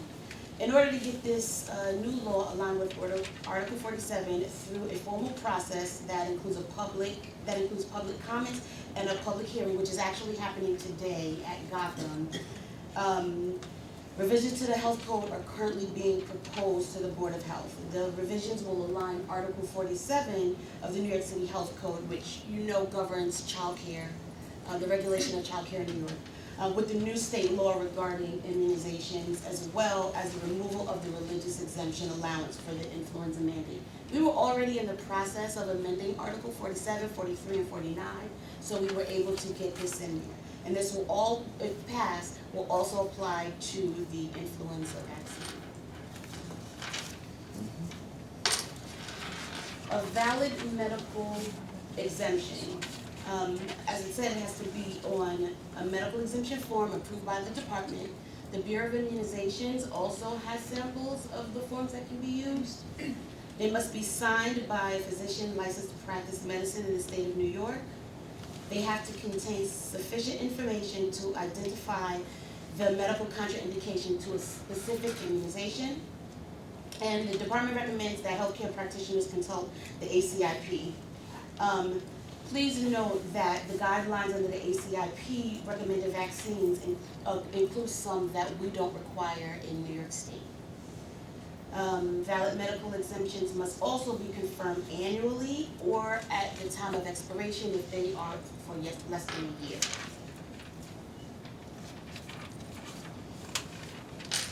So I will move on to the new comprehensive background clearances unless you want.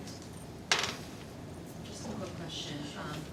If the health code proposal has gone in and everything goes according to plan, what is the projected implementation date, just so that the community knows? Well, it will be 2020. More than likely, so the process, even after the public hearing, can still take a few months, so I don't know the exact date, but it will definitely be in 2020.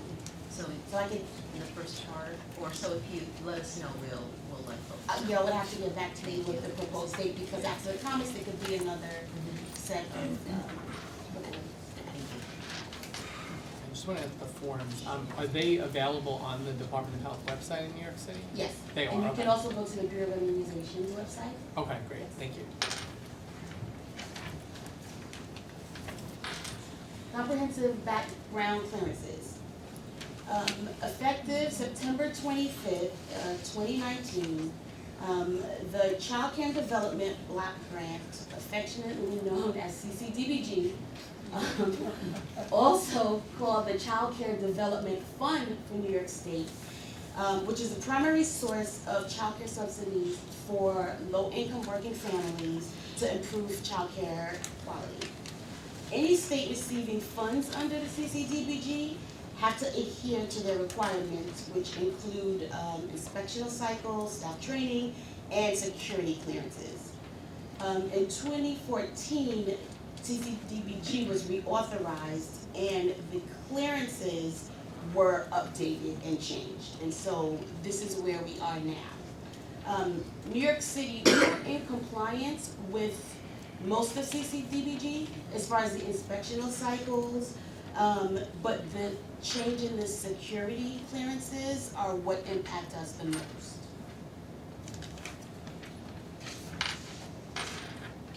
So again, the legislation was reauthorized in April of 2019, and New York State Office of Children and Family Services obtain statutory authority to implement the provisions of the CCDBG. The changes affect all child care programs, including New York City child care programs regulated under Article 47. Please note that any Article 43 programs that are subsidized with the CCDF dollars have to also comply, but the authorizing agency for those programs is WACO, not New York City DOH&H. So what is the CBC? The clearances are required every 5 years for providers, employees, and volunteers. And I'll speak first about the clearances that we currently do. First is the State Central Registry clearance. That's the LDSS. That is the form that checks to see if an individual has any child abuse hit against them in New York State. We currently do that. Nothing has changed about that except the expiration date.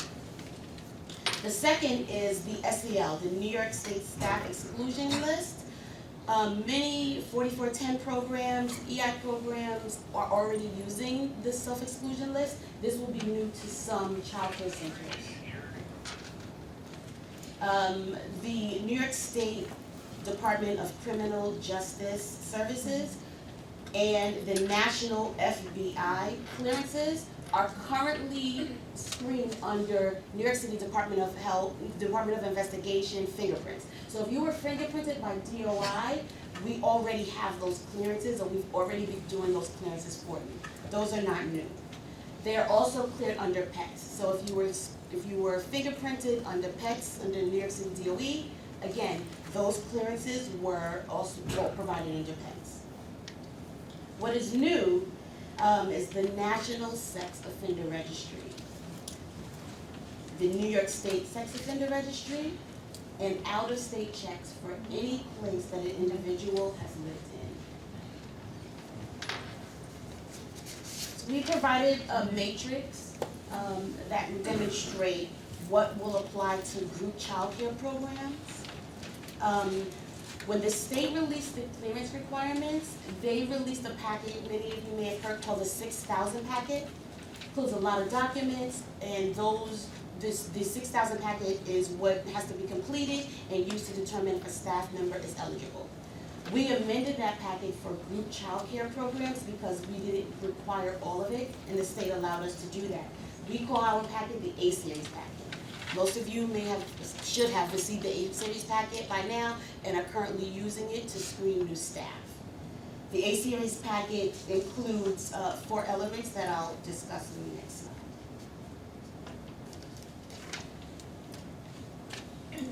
Processing clearances.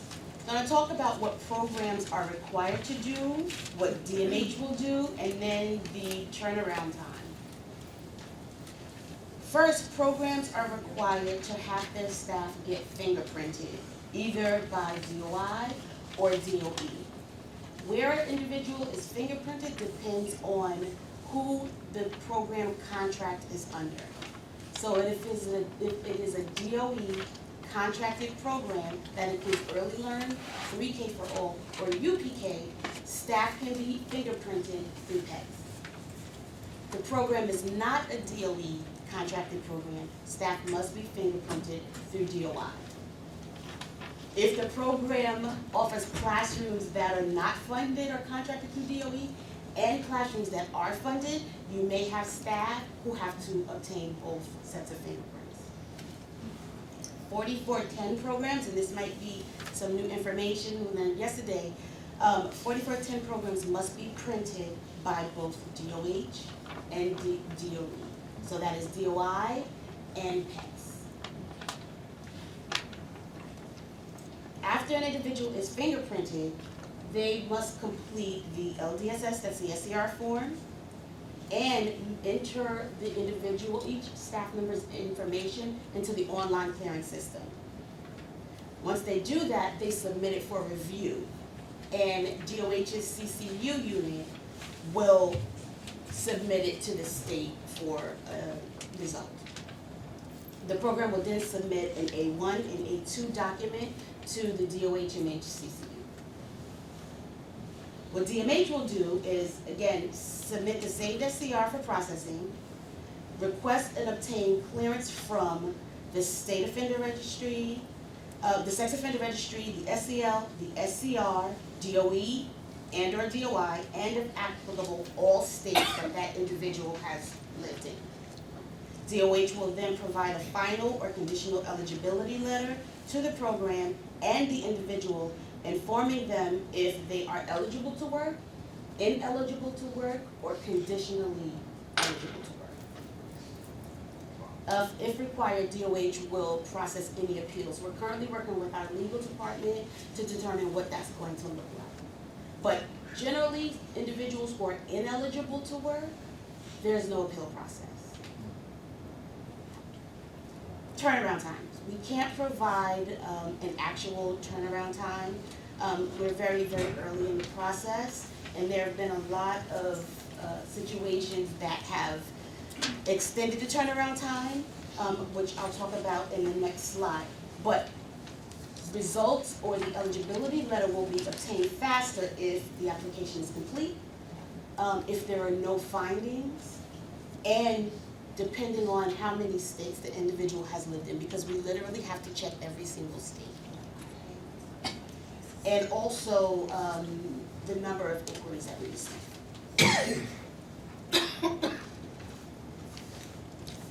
Most notable changes. In the past, providers receive clearance results for all of their staff. Providers will no longer receive clearance results directly.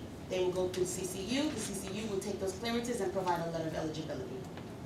New hires cannot begin working until the program receives an eligibility letter from DOH/MH. This is probably the most impactful change because people cannot work while clearances are still under review or in process. Existing staff of group child care centers should hold on submitting the A-Series packets and getting reprinted. So initially, the guidance was that all staff needed to be rescreened 7 days before their birthday until 7 days after. So the state has relaxed the requirement a bit for us because this is a very difficult ask. And we will be screening existing staff, that's staff who were hired before 9/25 until 2020. We're not starting that yet. So no one will get fingerprinted who is existing staff until 2020. However, if you leave your program and go to another program, you are considered new staff. DOI is no longer issuing duplicate letters. So that, again, is another change. There's also no more triplicate forms. The DOI form that you'll use is a part of the A-Series, and it's just a Xerox copy of the first page of the DOI application. The relevant forms are, again, the A-Series for group child care centers, and the 6,000 packet for OCFS, that's for family daycare, and SAC programs. All individuals must be cleared under the CBC by September 30th. So starting next year, you'll get guidance as to when you can start clearing existing staff. Who to contact? The DOH/MH Central Clearance Unit is currently completing all of the packets for new staff. One change though is that the borough offices will be completing clearance packages for any program that was suspended and then hires new staff, or preliminary programs obtaining a permit. Outside of that, all packets will go to the CCU. And packets should be emailed to them. That is the quickest way to get them turned around. They can be delivered to the borough offices, but then the borough office will have to turn around and deliver them to the CCU. So the quickest way to get them to CCU is to email the packets, or you can fax them to the number listed.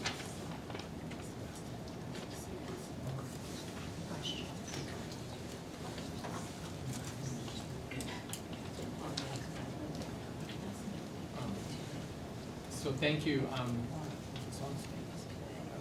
for the information.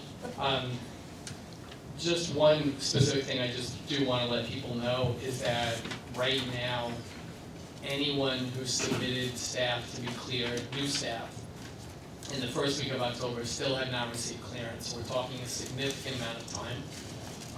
And it's creating, and I participated in the meeting yesterday, I said sort of the same thing, it's creating a real dilemma for providers around the city and parts of the state where if they don't have enough staff or they lose staff, it's almost impossible right now to replace them. And I know you can't do anything about that, I'm just letting people understand that. The question that I did have though is when you were talking about having staff fingerprinted before they send in the A-Series forms, that wasn't my understanding. My understanding was that for new staff, they can submit the A-Series forms, apply to get an appointment to be fingerprinted, and that would be sufficient until they get fingerprinted, because the fingerprint appointments at DOI are now literally almost the end of December. If you call today, beginning of January. So I think if that's not the case, I think it needs to be clarified, like, for everybody. And then the other point, for staff to work out of state, my understanding is that there would be, if they pass the New York State part of the clearance, they would be able to get conditional approval. So I just want people to understand that. Yes. So staff who have worked at other states, they will give a letter that says that they are conditionally approved. Right, because it's taking a significant amount of time for us to get results from the other states. And the clarification on the fingerprinting, the packet can be submitted once the individual has been fingerprinted. So we're not saying if they have an appointment? No. They need to get fingerprinted first and then submit the That- A-Series. That, okay, that's a significant change from what we were told by the Assistant Commissioner. That's gotta be clarified, because if people are operating that way, these programs are gonna be in really serious jeopardy. Because like I said, I know right now that if a provider calls and tries to get an appointment, they're gonna get either December 30th or in January already for fingerprinting. And then you're talking about probably at least another month, in ideal, or maybe 2 months, to get cleared. So you're talking about staff not being able to be replaced until like February and March. I mean, it really is becoming a very critical issue that I think government has to figure out what to do with. Okay, so we'll take that back and get clarification from the Assistant Commissioner on that. I had one, can you just clarify what conditional approval means? So conditional approval, again, is for individuals who've worked in other states who we cannot get all of the clearance checks for. And what will happen is that individual will be allowed to work, and then once all of the checks are complete, because right now the National Sex Offender Registry, we kind of have a hold on that because it's a very intricate process, and we don't want people to not be able to work until that situation is worked out. But they will get conditional approval, and once all of the checks are received, then they'll get an eligible letter. Thank you. So, so thank you for presenting, and we really appreciate it. These are new requirements, and obviously folks are concerned about how they're going to take their programs through implementation. So we, from the Bureau's standpoint, we have been in close conversation with the Bureau of Child Care, and we're also engaging the New York State Department of Health around these issues, because for early intervention in particular, we need clarification about specifically the SCR, because right now in EI, providers are allowed to go and clear their own SCR staff, because for us, that's critical because we have folks going into people's homes, right? So, I think that is an area where we're going to work toward additional clarification on that. So for itinerant staff, they are not required to complete the entire A-Series packet. They are required to have the SCR, and they are required to have the fingerprints. So I guess how they will receive the results of those prints is something that needs to be worked out. But as far as the entire A-Series packet, the itinerant teachers are not required to go under the CBC process right now. So that should make it a little easier. Also, for existing staff that have an SER that was not expired before September 25th, that SER is still good for is now good for 5 years instead of 2. So people don't have to renew SERs at this point for existing staff. Okay, thank you for that. I appreciate it. And any other questions? Okay, thank you.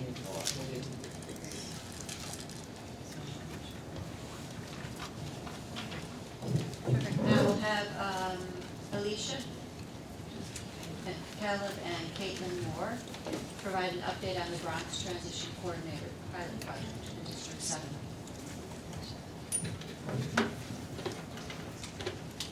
Good morning, everyone.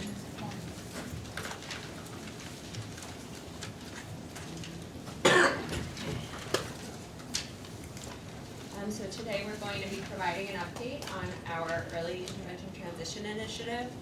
First going through the Bronx Transition Coordinator pilot with a couple of updates, and then talking about our citywide information dissemination efforts.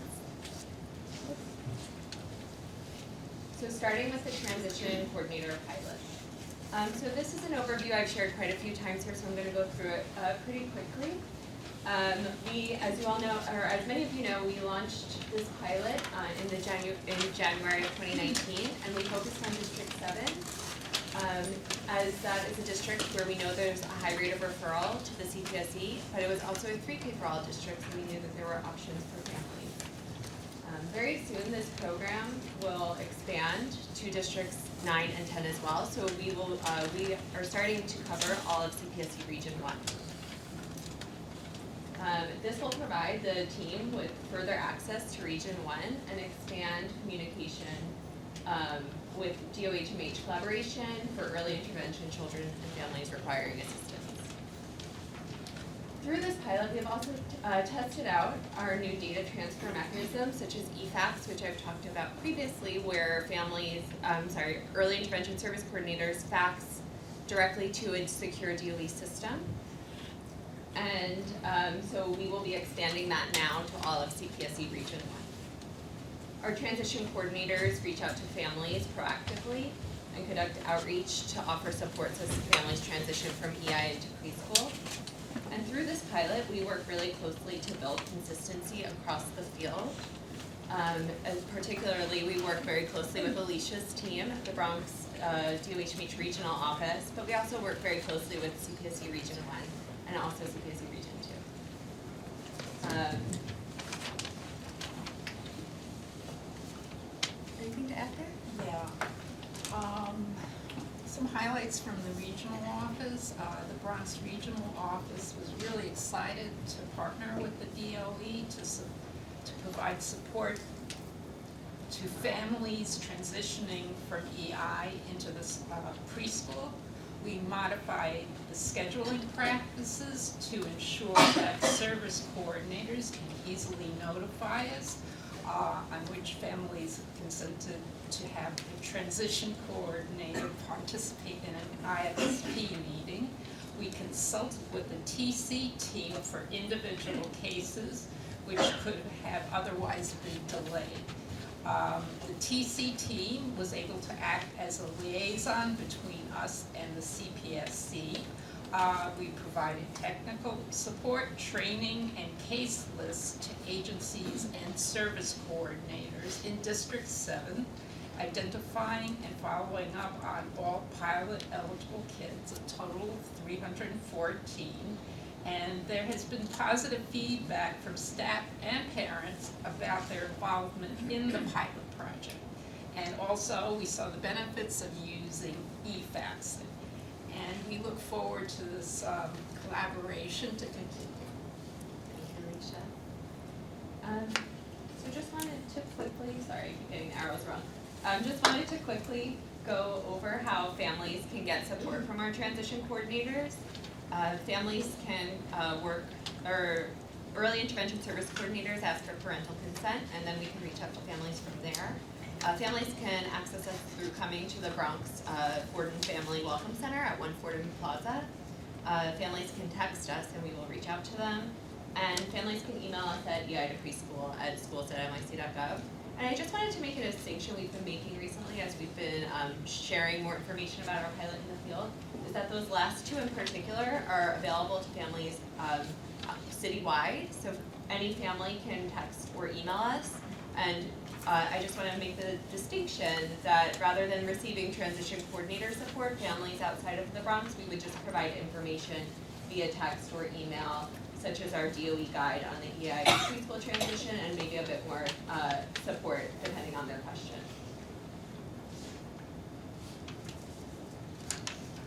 So some updates. I wanted to dive a little deeper into what the scaling across CPSC Region 1 will look like. So per our protocol, our transition coordinators will continue to provide direct supports to families as they're coming from EI, where the CPSC community coordinators and other staff will support families that refer who are not coming from EI. And it will be a really close collaboration between the two teams. DOHMH sent, early intervention sent out a message on November 7th actually, with the new EFACS number, and our December 2nd launch date to go across CPSC Region 1. And we feel that this will produce better accountability for sending and receiving notifications and receiving faxes between the agencies, because there will be an e-record of each document that we can, and they will be timestamped so we can see when these documents come in and have record of those in a secure DOE system. We are using this as an opportunity to test what EFACS across an entire region looks like, and we are introducing it to CPSC Region 1 staff. We've already trained the CPSC community coordinators, and very soon are training the CPSC administrative and clerical staff as well. Through this pilot, as I mentioned, we are exploring additional ways to expand. So we are, as always, are looking at ways potentially that transition coordinators can support other areas of the city. And we are exploring a scanning solution that could further improve data and document transfer between EI and CPSC. And what this means is it would be a step beyond actually EFACS, where EI SEs and EI field staff can scan documents directly into a secure DOE system, so there would not be the fax transaction. So I wanted to just go through what some of our referral sources of our pilot cases are, and I mean referral of how we get the cases, not the CPSC referral. So we receive the majority of our cases through eFax. So we receive faxes from the EI field, and that initiates our outreach to the families. So that's the number one way we've received cases. But we've also had a number of families that reach out to us directly through our calling, emailing, texting, and coming to the Family Welcome Center. That's actually our second highest way that we receive cases. We have also had a number of cases referred directly to us through the Bronx Regional EI Office, EISCs, and the EI Referral Unit. And the EI Referral Unit, particularly for cases that referred to EI a bit too late, but they felt that they could benefit from our support if they chose to make a referral to the CPSC or to apply for 3K or early learn. We've also been hearing more and more from members of the community, which we believe is from word of mouth and our outreach efforts. And this is through doctors, caseworkers, and shelter staff. And we've also worked closely with several other CBOs and programs that have reached out to us directly.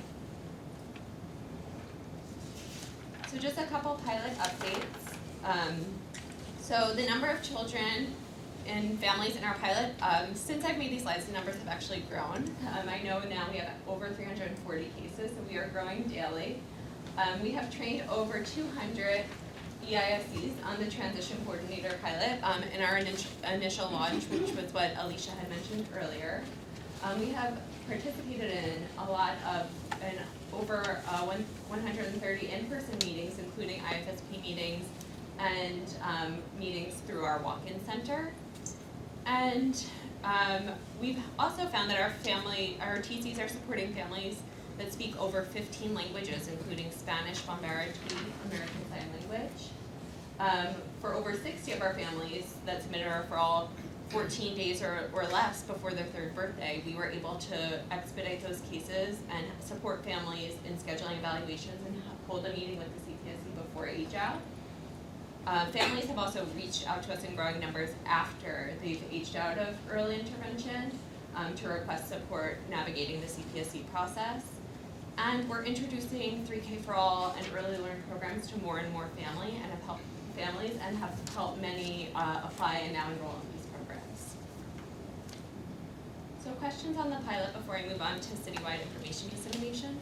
I just had one question. I mean, I think it's absolutely fantastic what you're doing. I think it's a great model. I'm just wondering, is there a way to figure out how many total eligible families are versus how many families are actually part of the pilot? Sure. Just because if you're gonna really sort of evaluate it in some way, if you know what the percentage of total families are versus the percentage of families that have joined for the support, you would have a good idea of, how many of the families you're actually reaching. So we collect a lot of data on our families, and as they complete the CPSE process, we are also collecting information on whether they are found eligible for CPSE services. Is that your question? Or eligible No, actually, just the so you're in District 7, for example. Right. So how many total families under early intervention had children transitioning out? And how many did you actually support through the process in terms of a percentage? Because I think that's an important information to know in terms of looking at it as a global sort of model. So families particularly transitioning from EI into the DOE? Yeah, so say there were 500 families in total, I'm just throwing the number out, and you got 300, you would know you got more than half. That's what I'm just wondering. Yeah, that's definitely something we hope to look at. Since we've really launched our outreach efforts in February, we've been collecting information on families then. And I will just add, while we know what number have disclosed to us that they were in early intervention, not all families that work with us, they may have heard of us through early intervention, but they may not share with us that they were in early intervention. So it's not always a very, very clear distinction. Mm-hmm. Just to add to what Chris said, the other case completion, the other data point that would be really interesting to look at would be whether the CPSE case completion rates are different for students in the pilot versus students who are transitioning who are not in the pilot. That's definitely something we're interested in looking at as well. Okay, great. Any other questions? Okay, so I just want to talk through some of the resources that are going to be available or are available to families citywide. So first, we've shared a few times at the LEICC that we've published the DOE guide to the EI to preschool transition on the DOE website. It is also now available in Spanish and Chinese, and actually as of today, Korean and Bengali as well up on the website. Additional languages will be posted on a rolling basis, and we are, and this can be accessed on the DOE website at the Moving to Preschool page under Transitioning from Early Intervention. We are pre-recording a webinar that will also be posted on the same page in a video format that's based on the guide. So it will be a video to share how to transition from EI into preschool for families that are interested. We are also excited to announce that we'll be kicking off our live informational sessions in the Bronx. So we have one confirmed for January 27th now, actually. And I have flyers up front with Felicia with this information, and we will also be looking to many of you in the room to advertise to your families. And so this will be an opportunity for families to interface with DOE staff. We hope to have representatives from EI there as well, and our CPSEs to answer questions for families. And we will be doing an AM session and a PM session, and this is a model that we hope to bring across the 5 boroughs as well. Questions about our citywide information dissemination? I just had a question about the transition process. Sure. What kind of you communicate with the provider, like with the referring pediatrician? Sorry? So for children who needs transition to CPSE, you communicate with the providing pediatrician? So we have had pediatricians reach out to us to request that we reach out to families that have consented.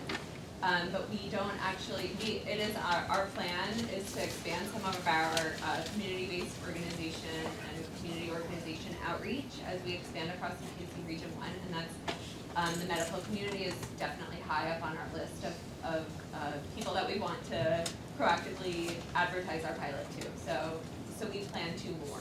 Yeah, as a practicing pediatrician, sometimes like they're dependent on the parent reporting us. We don't know what is happening. Yeah. So it'd be nice to have that kind of communication. So we can also advocate for the parent and then maybe utilize some other resources. So you're saying as we work with families, sharing information with their pediatrician if families consent. It's something we can explore. Sure. Will your informational sessions flyer be available via email or something? Yes, we have a PDF version we can share. Great, thank you. Thank you.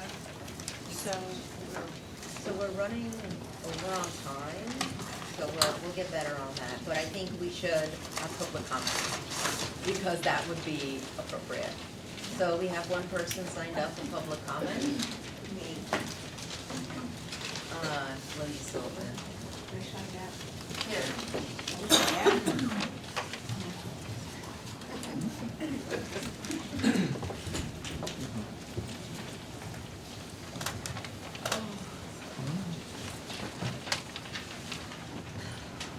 Actually, I'm not commenting about background checks. But you're not. Why? I wanted to make a comment about the state Medicaid plan that you had spoken about at the beginning. And it seems to me that the changeover in the category has made a big change in special instruction. So if I'm reading it correctly, the only professionals who will, when this is approved, will be allowed to provide special instruction are actually special education teachers, as opposed to the original paradigm that has always been in effect, that almost any qualified professional was allowed to provide special education services. So, I mean, that's nice for special education teachers, that they finally have some recognition that special education teachers are the people who should be providing special education services. But there were a couple of things I just wanted to comment on, even though I know it's probably a year plus from actually any implementation. But when you look to see what they're saying a special education teacher is allowed to do, aside from the cognitive skills that we're accustomed to, is the motor and the sensory, which are typically under the purview of a PT and OT. But it's strange that they didn't put in communication. I don't know why. And then the other concern that I have, just projecting into the future, is, will a special education teacher really have the skills that are anticipated dealing with the sensory and motor issues? And will a child who gets recommended for OT or PT because they have those concerns, will then, because the teacher is the generalist, will the teacher be the person who ends up providing those services in the absence of an OT or PT? So I know that's not under our purview at the moment, but I think, what is the projection, July 2020? So the state plan amendment just passed. So obviously work needs to be done in the regulations. So, I mean, that's probably a couple of years off. However, I think the way that I pulled the information, it may have been misleading. The special educator is not the only one that can provide special instruction services. There are, other teachers are still fall under the Right, there's a category list of of the like visually impaired, whatever. Yes. But the way it is right this second, social workers can provide special instruction, OTs, PTs, whoever is a qualified professional under the current paradigm of qualified professionals per eye. So I know right this minute, there's like a lot of social workers out there who are providing special education services. So that will make a major shift change in terms of the workforce, the people available, and how this will unfold. So I just wanted to make a comment, even though I know it has to be approved and regulations have to, but it's just something that you should be kind of looking at for. Also, another slide about the ABA providers listed only licensed and registered ABA And right now, most of the ABAs are provided by special educators, so that would be another concern. And social workers.